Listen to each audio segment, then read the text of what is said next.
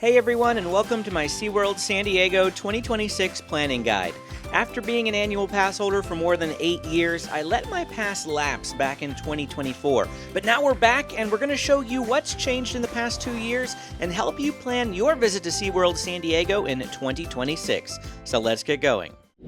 Before we get into the park, let's cover some crucial admission details. If you buy your tickets online, you'll save some money, but you can buy them right here at the park as well. You can go to the ticketing desk, or they recently added self-serve kiosks. Here you can buy add-ons like all-day dining and quick queue. If you're an annual pass holder, this is also where you'll redeem and print your member benefits. Once inside the park, immediately off to the right-hand side near guest services are the lockers. There are 2 different sizes of lockers. Standard lockers are $15 and jumbo lockers are $20 for all-day use. There are a number of paid add-ons and experiences that you might be interested in purchasing. Here's a look at the current pricing of those. Just beyond there is a place to rent strollers, ECVs, and wheelchairs if needed, though I couldn't find the current prices listed anywhere. SeaWorld has several fuel rod kiosks throughout the park if you have a fuel rod. If you don't, you can purchase them here, but be aware that swaps do cost a few dollars each, unlike Disney, which are free.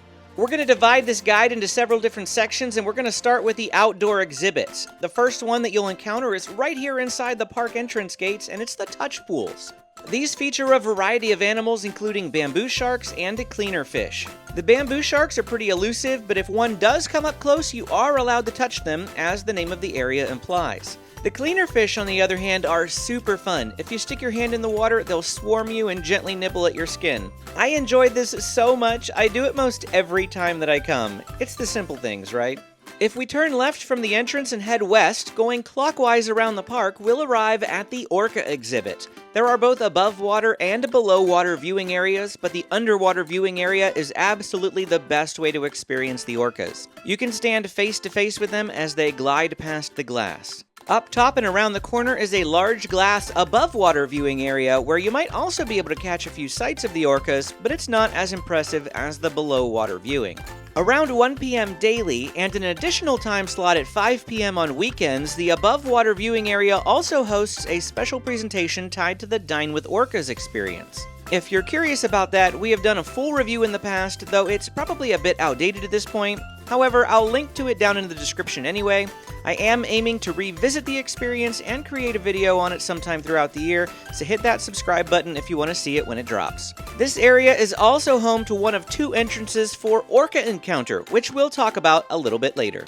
The next outdoor exhibit you'll come across continuing this direction is Dolphin Point. There are 2 different sides to this exhibit. The one on the right is more for observation as the dolphins play amongst themselves, and the area off to the left is where they host most of their dolphin interactions and presentations.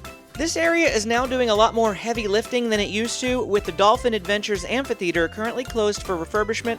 The only dolphin presentations you'll be able to see in the park are right here at Dolphin Point. There are 2 paid dolphin experiences offered here as well. The first is the Dolphin Interaction, where guests wade into the water wearing a wetsuit and get hands-on time with bottlenose dolphins through touching, feeding, and play. All guests are welcome to observe the interaction free of charge, but only paying guests can get into the water with the dolphins. The second and more affordable option is the Dolphin Encounter, which takes place poolside. This is a shorter, out-of-water experience with light interaction from the edge of the habitat. There is another habitat here that used to house sea otters, but they have been relocated to Wild Arctic, and this enclosure is now home to Humboldt penguins.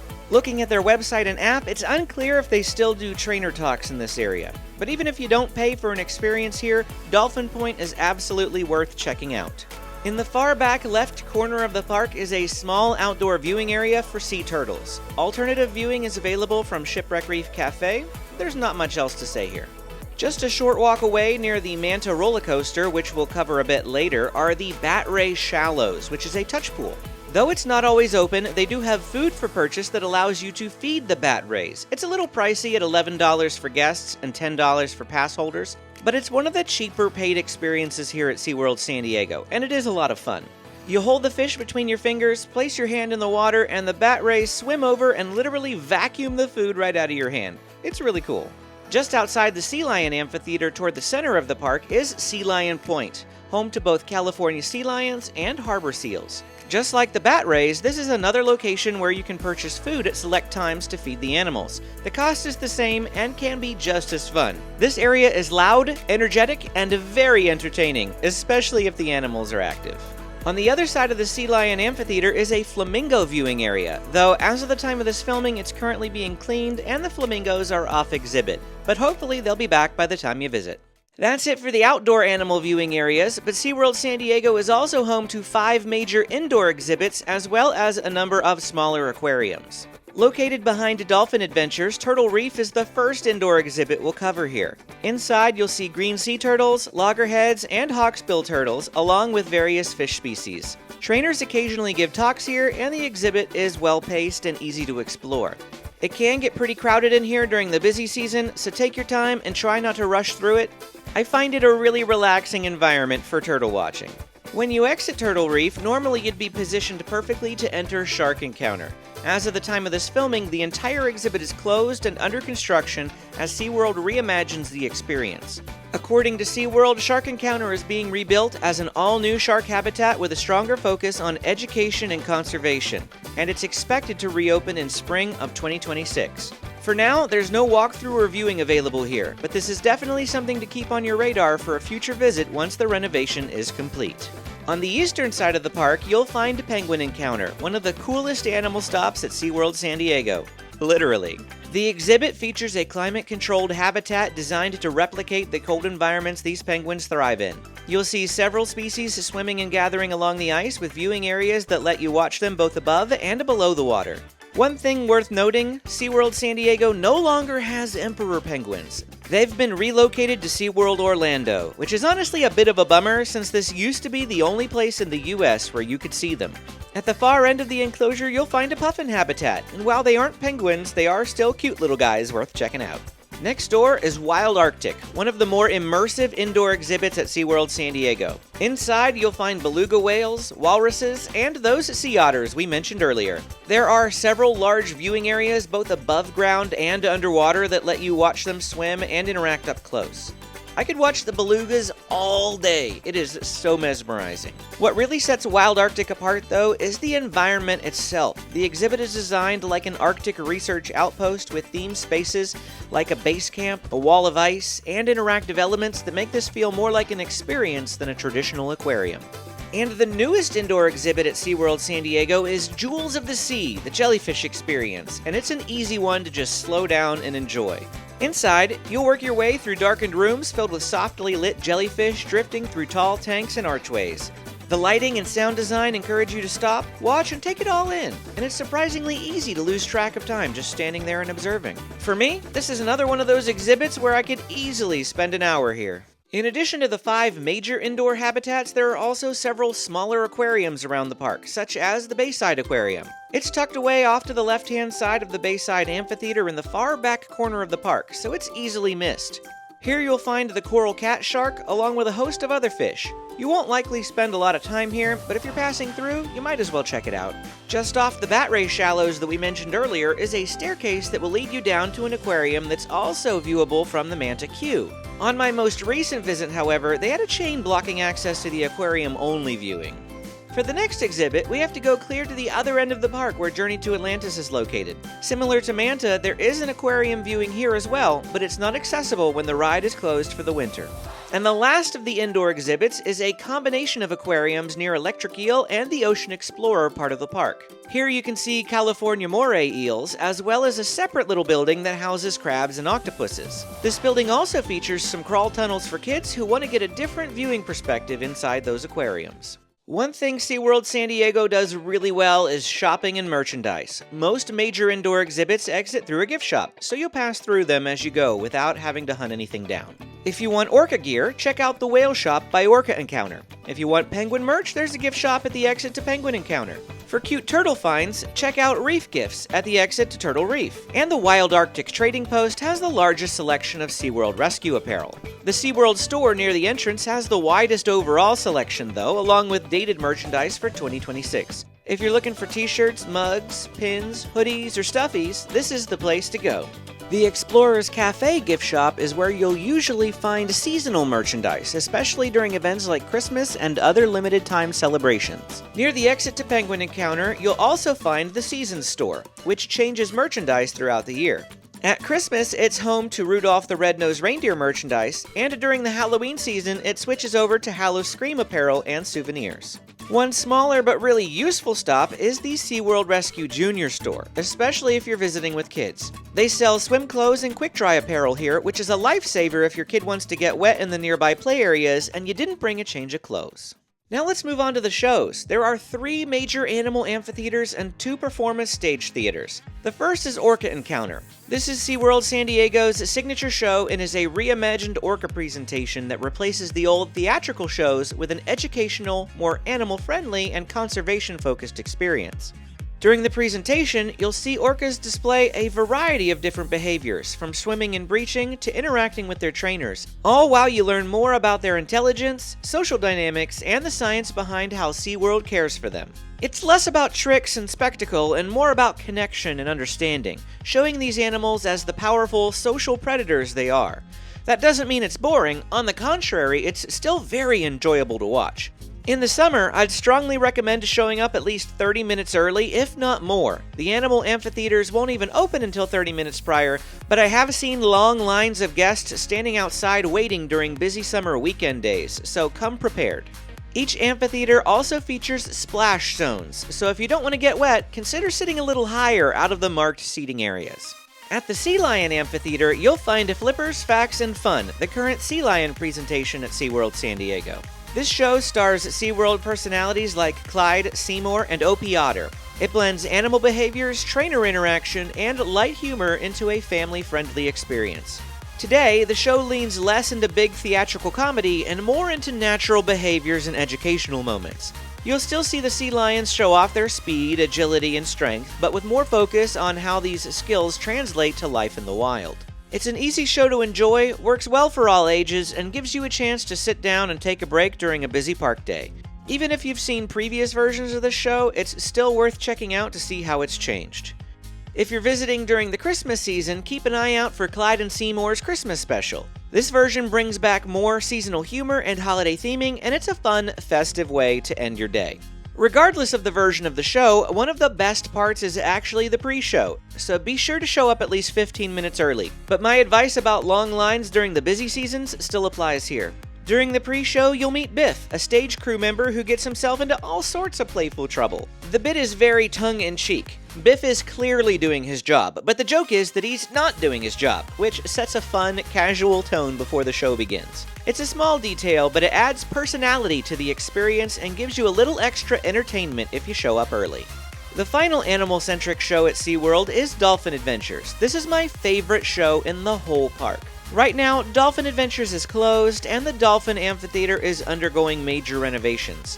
I looked for official information on when it might return, and as of now, SeaWorld hasn't published any reopening dates or timelines. In the meantime, SeaWorld has shifted more dolphin activity and presentations over to Dolphin Point, as I mentioned earlier. When it's running, Dolphin Adventures features bottlenose dolphins and sometimes pilot whales showing off their speed and agility through high jumps, spins, and synchronized behaviors alongside their trainers. It's the most energetic presentation at SeaWorld San Diego, and it does lean more into spectacle here, with big aerial moments and music, while still sprinkling in educational messaging.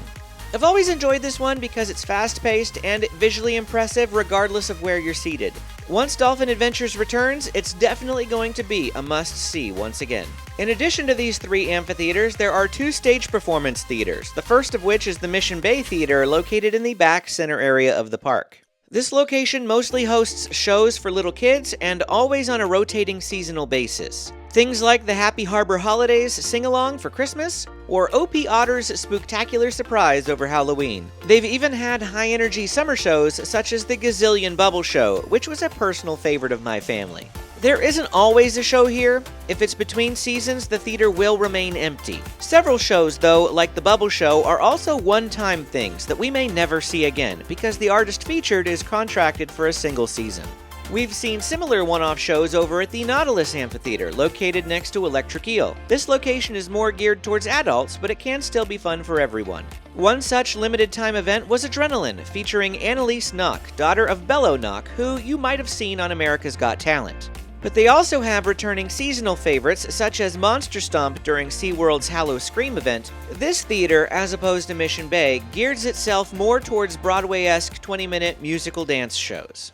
Let's move on to the food at SeaWorld San Diego. I want to say right up front, if you can eat before you arrive or wait until after you leave, that's the best way to go here. The food is average and it's way overpriced. That out of the way, let's dive into what the park actually has to offer. We'll start with the larger quick-service establishments. Calypso Bay Smokehouse has long been a staple at SeaWorld San Diego, serving classic barbecue options. Ribs, pulled pork, and chicken are the anchors here, often paired with classic sides like beans and fries. Portions and quality can vary day to day, but if you're craving barbecue, this is your go-to stop. The Chicken Snack Shack is exactly what it sounds like, a quick service stand to focus on crispy chicken tenders and sandwiches. I've never eaten here, so I don't have any footage, but check it out if it sounds interesting to you. At Explorers Cafe, you'll find burgers, chicken tenders, and salads alongside some unique entrees like orange chicken bowls. It sounds good on paper, but this is the location I eat at the least when I'm here because the food quality just isn't there. Or it wasn't as of 2 years ago. I'll be revisiting all of these places throughout the year to update my opinions. Hibisco Tacos and More features Mexican-inspired cuisine with tacos and burritos being the main draw here. This is probably my #1 go-to spot at SeaWorld San Diego for food, and it always has been, even when it was Mama Stella's. Are there dishes as good as authentic Mexican you can get outside the park? Absolutely not. But they are some of the best quality foods that you'll find inside the park.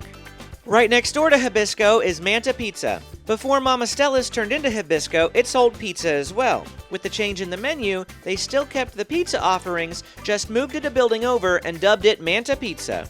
The last time I ate here, they still sold a pizza by the slice and it was a little cheaper. Now the items on the menu are a bit more expensive, but I see that they're selling flatbreads, so I'll have to come back sometime soon to try their new style. Shipwreck Reef Cafe sits at the far west end of the park and offers a variety of hearty entrees from burgers and chicken to ribs and salmon. This location is like a blend between Calypso Bay and Explorers Cafe. The themed seating here is top-notch and gives it a Caribbean vibe that's pleasant and relaxed. My experience with the food here over the years has been mixed, but I have eaten here recently and the food was surprisingly decent, if a bit overpriced. That's it for the major quick-service restaurants, but there are a bunch of smaller shops around that are still worth pointing out. Coral Market doubles as SeaWorld's on-site Starbucks location, making it a popular early morning stop for coffee lovers. They have a few food items here, but not the wide selection you'd normally expect from Starbucks. All around the park, you'll find shops and markets very similar to the pretzel shop. Pretzels, hot dogs, cotton candy, churros. There are at least 4 of these style of places throughout the park, but we won't point them all out. Dreyer's Ice Cream Parlor serves what it sounds like it does. You can order ice cream by the scoop or choose one of their seasonal offerings. It's nothing fancy, but it is good ice cream. If you don't want hand-scooped ice cream though, Rita's Italian Ice has a variety of similar offerings from a gelati to ice cream sandwiches and custard. Of course, they also sell Italian Ice. They offer 5 flavors of Italian Ice and 3 flavors of custard. It may not be a lot, but it gets the job done. We mentioned it briefly earlier, and I would be remiss if I didn't include it here. The only sit-down type meal at SeaWorld San Diego is Dine with Orcas. This isn't a full-service restaurant as food is served buffet style, but the food isn't the focus here. The Orcas are. Seating is first come, first served, so plan to show up early if you'd like a table closer to the water for unobstructed views of the show. SeaWorld San Diego also offers all-day dining plans that can be purchased as upgrades. Adult plans cost $60 and children's plans cost $30. You can order 1 entree, side, and soft drink every 90 minutes. You can save a lot of money if you purchase 1 or 2 plans and then split the food amongst your family throughout the day, but you'll spend a lot of time waiting in line for food. It's up to you if you think it's worth it or not. You can also purchase refillable drink cups. You get free fountain refills all day on the day of your purchase, and if you come back or are a season pass holder, you get $1.99 refills all year long. We used to do this and thought it was a great deal, but once we stopped needing a stroller, we found we didn't want to carry the cup all day. In addition to all of these different options, SeaWorld has a half a dozen or more seasonal food booths during events like the Seven Seas Food Festival, Christmas celebration, and other seasonal weekends. These booths feature specialty dishes and themed beverages that you won't find at the regular counter stands. Seasonal offerings are usually scattered throughout the park and often highlight regional or inventive flavors. If you're visiting during an event, this is my preferred way to dine at SeaWorld, but they are not included with all-day dining. They do, however, feature their own dining plan of sorts in sampler cards. These are the prices for their most recent event, Christmas Celebration. For the 10-punch card, that's $7.50 per item, which isn't bad when dishes cost north of $15 each without it. Speaking of those events, here's a brief overview of everything coming to SeaWorld San Diego throughout 2026. Some of these events span several months, such as Seven Seas, Spooktacular, and the Christmas Celebration, while others may only be for a weekend or two. Check the app before you visit to see if one of them will be going on while you're here. Though SeaWorld San Diego is primarily what I would consider an aquatic zoo, they have been putting a larger and larger focus on rides in the past few years. I'll give you a brief overview here, and you can be on the lookout for an updated and in-depth ride guide for 2026 coming to the channel soon. If you have children, right at the front of the park, you'll find a hike guide which will help you determine what your little ones can and cannot ride during your visit. SeaWorld San Diego is home to several standout roller coasters and water rides, each targeting a different comfort level. Emperor and Electric Eel are on the more intense side. They're large, daunting coasters with free hanging moments that might induce a bit of panic in even the hardiest ride-goers. Manta and Arctic Rescue are tamer and considered family coasters. They're not tall and there are no upside-down portions, but they are fast and smooth, making for an enjoyable all-around experience. Journey to Atlantis and Shipwreck Rapids are your water rides. While Shipwreck Rapids is more of your traditional water ride, Journey to Atlantis is a water roller coaster hybrid, which makes it pretty unique and worth checking out. There are 2 kids-themed ride areas in the park, and the first is Ocean Explorer. There are 3 rides here, the first being a more adult-friendly tentacle twirl. But the other 2 rides, Octorock and Sea Dragon Drop, while possible for adults to ride, are rather uncomfortable to do so and primarily targeted at little ones. SeaWorld Rescue Junior is the park's dedicated kid-focused ride area, but the rides here are actually for the whole family. First up is Tide Pool Twist, which is a standard spinning teacups type ride. Then we have Rescue Riders, which is a standard spinning Dumbo style ride. The final ride in the area is Rescue Rafter, which rocks you and spins you in the process. This is probably my least favorite ride in the entire park. SeaWorld Rescue Junior is also home to a variety of other activities for little kids like net climbs and bouncy houses. In addition to all of these rides included with admission, SeaWorld San Diego offers 2 paid attractions that cost extra. The Sky Tower is the most iconic and is visible from all over San Diego. Cost is $6 per person per ride, but it's free for annual pass holders. There's also the Bayside Sky Ride, which is a Sky Buckets aerial tramway type ride which features the same price points. Well, there you have it, a quick overview of everything that you need to know about SeaWorld San Diego. If you enjoyed this video, don't forget to hit that like and subscribe button on your way out. If you want to see a full walking tour of the park, click the video at the top of your screen now, and when available, that ride guide that I mentioned will appear for you to click at the bottom. Thanks for watching, and we will see you again next time.